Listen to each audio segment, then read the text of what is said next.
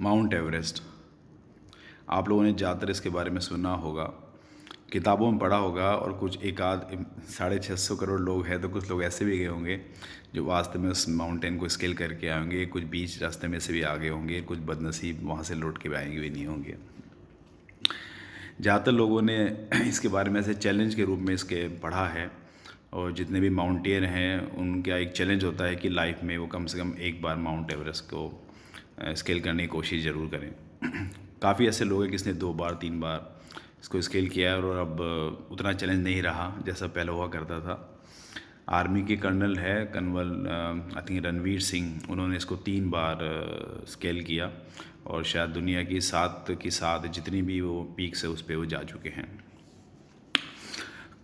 ये जैसे जब पहली बार कोई माउंट एवरेस्ट को फतेह करेगा और उससे पूछा जाए लौटने पे कि आपका क्या एक्सपीरियंस है, तो शायद वो 2 बातें बताएगा। एक कि जैसे जो जाने में जो उत्साह होता है और वो लौटने में ठंडा हो जाता है। इट्स द सेम समझने के लिए जैसे हम एक छोटी सी चढ़ाई होती है माता वैष्णो देवी की, हर इंडियंस को पता होगा। आप जाते हैं जयकारा लगाते हुए, कितना उत्साह होता है जब पहली बार जा रहे हो, तो आप मतलब उसका वर्णन नहीं किया जा सकता। जब सालों पहले मैं वहाँ गया था बचपन में, तो मतलब वो I mean you can't believe कैसे आप जाते हैं। वो एक अलग ही माहौल होता है।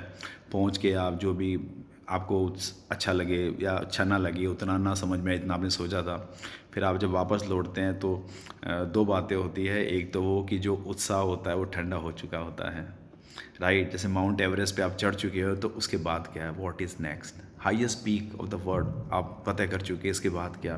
तो जो मोटिवेशन जो बना हुआ था, लगातार आपको खींच रहा था वहाँ तक, वो आज ख़त्म हो गया।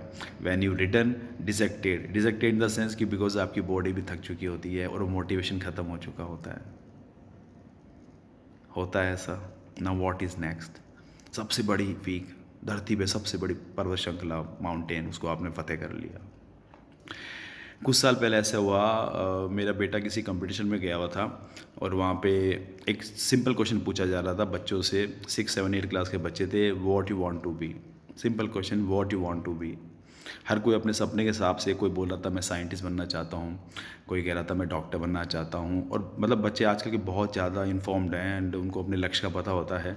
कोई बोलता है मैं MIT, IIT, अलग अलग क्वेश्चंस। मतलब मज़े आ रहे थे कि कैसे कैसे बच्चों को इतना पता है। मेरे बेटे का नंबर आया, उसको पूछा, ऐसे रूटीन में चला जा रहा था, बच्चे आते जा रहे थे, बोलते जा रहे थे। वो बोलता है I want to be full fledge human being. Exactly ऐसा ही सन्नाटा ऑडिटोरियम में छा गया। जो टीचर थी, एंकर, उसने फिर से बोला please could you repeat again. तो बोलता है I want to be full fledge human being. उसके बाद प्रिंसिपल ने ताली बजाई तो पूरा पूरा ऑडिटोरियम तालियों से गूंज उठा। सोचिए, एक 7वीं 6ठी क्लास का बच्चा बोलता है I want to be full fledge human being. ये है मनुष्य जीवन की सार्थकता और संभावनाएं।